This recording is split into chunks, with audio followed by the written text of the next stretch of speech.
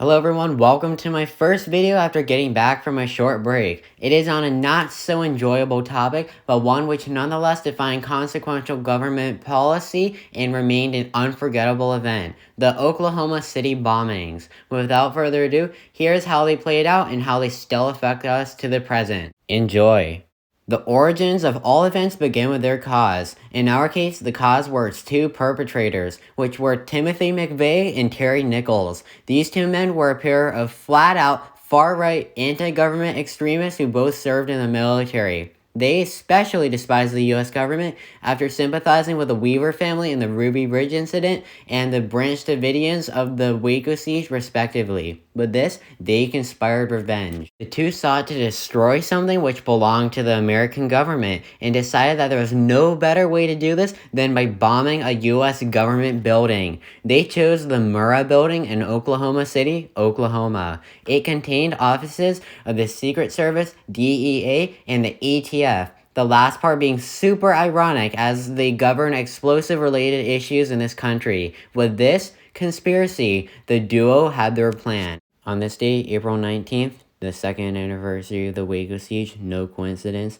27 years ago in 1995, the residents of Oklahoma City would wake up to what many of them consider the most traumatic events of their lives. At 8:45 a.m., approximately, Timothy McVeigh parked a truck outside the Murrah building. It was packed to the brim with explosive materials, and so, at 9 o'clock a.m., the truck exploded.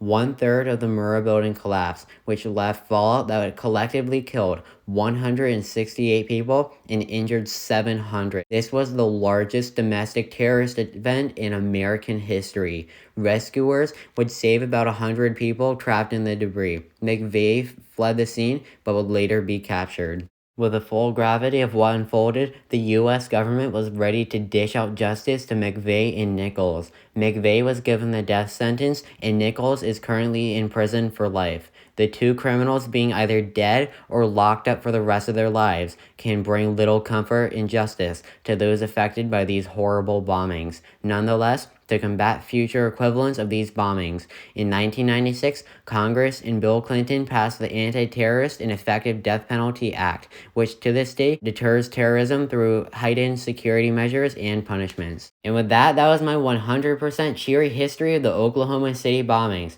Despite how grim and unenjoyable they are to speak about, it is still an important event to understanding our present, just like 9/11.